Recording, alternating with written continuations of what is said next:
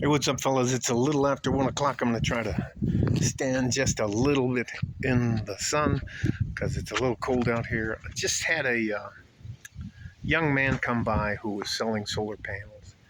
And, you know what? Let's go inside so I don't have to freeze to death. There's the Franklin Mountains.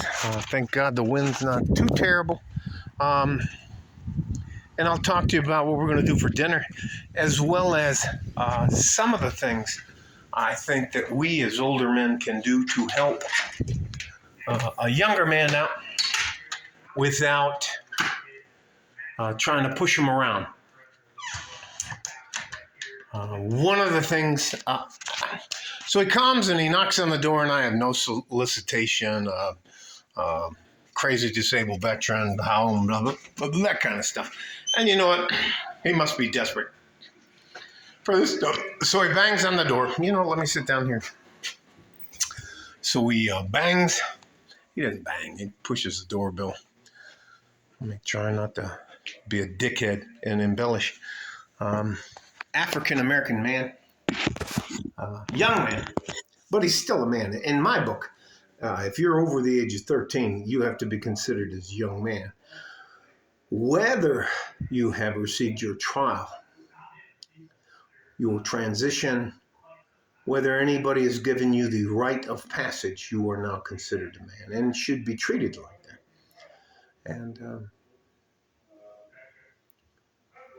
spoke to him, was nice to him, asked him his name, you know, because they have a, what do you call that, script? There's a script they read or they memorize, and, you know.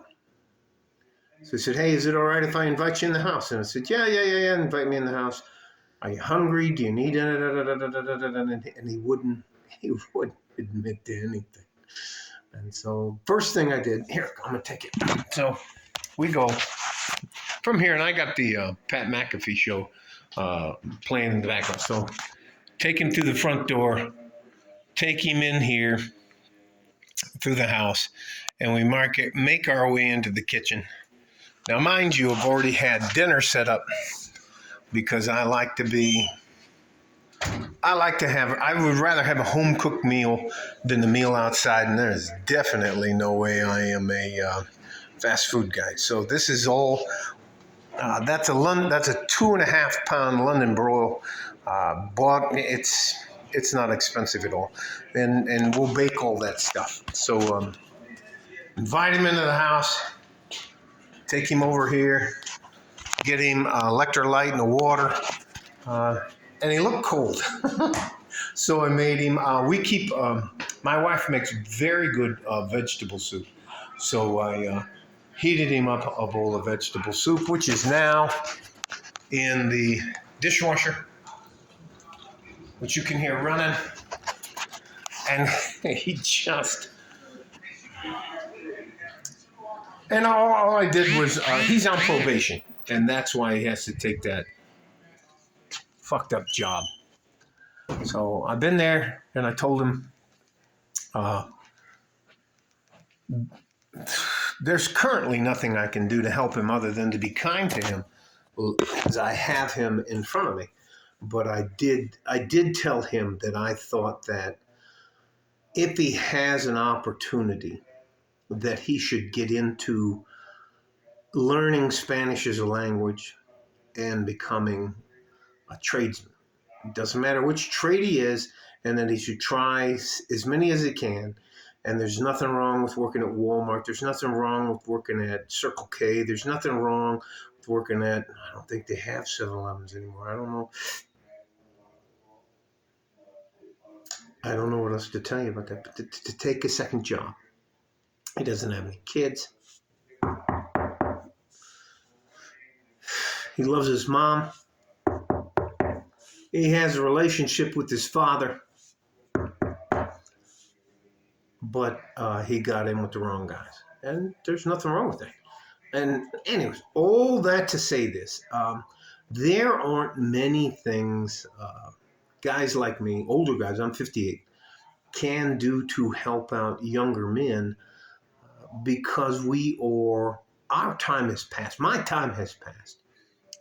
And I would love to tell you stupid stuff like look both ways before you cross the street, don't eat yellow snow. I'm not talking about that stuff. I was never canceled. I don't have to worry about any of that stuff. So, but he does. All I wanted him to know is that there are some of us out there that, and I let him write my name and stuff down so he has a referral, and I'll blow off the referral, but he'll get credit for it in the meantime. Um, if you all that to say this, if you have a bit of an opportunity to just give a young guy a break, and that's a break that I gave. You should have seen him eating the soup. All right, so this is the table. He's got his hand over the soup, and he's eating it like this.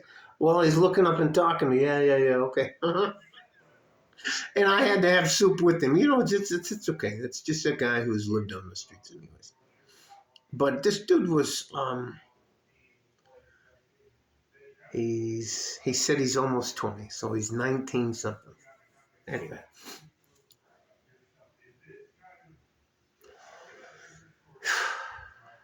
young men are allowed to make mistakes, and that's something that's not talked about a lot. Women can make mistakes all over the planet and not have to take any accountability for it. But God forbid a young man makes a mistake, because he'll get fucking crushed for it. And they'll go, there's that guy. He's aggressive. He's a bad dude. We need to bury him. No. You should have seen him. He was fucking hilarious. And when we left, I gave him, I don't know if you know where you lock thumbs and I gave him the bro hug. And he did the big, just gave him a little bit of stuff to keep him on his way. A little bit of cash, not a lot of cash. Gave him a little bit of stuff, keep him on his way. And I asked him if he gets a chance. I gave him the number to the Kelly Memorial Food Pantry.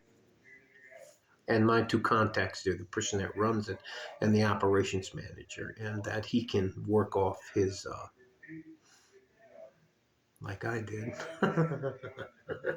community service there. So, anyways, it'll give him a little bit more dignity than running around being a sales guy. But if you don't think that there are people out there that prey on young men and women, you're out of your mind. So, anyways, no, this doesn't make me a superhero or anything like that. No, I'm not. I'm not telling you this so that you go, wow, you're a great guy.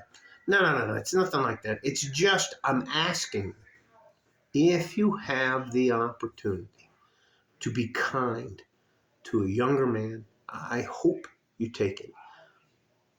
I don't know if this will ever pay off for me, and I'm not doing it for that. But I hope that in the future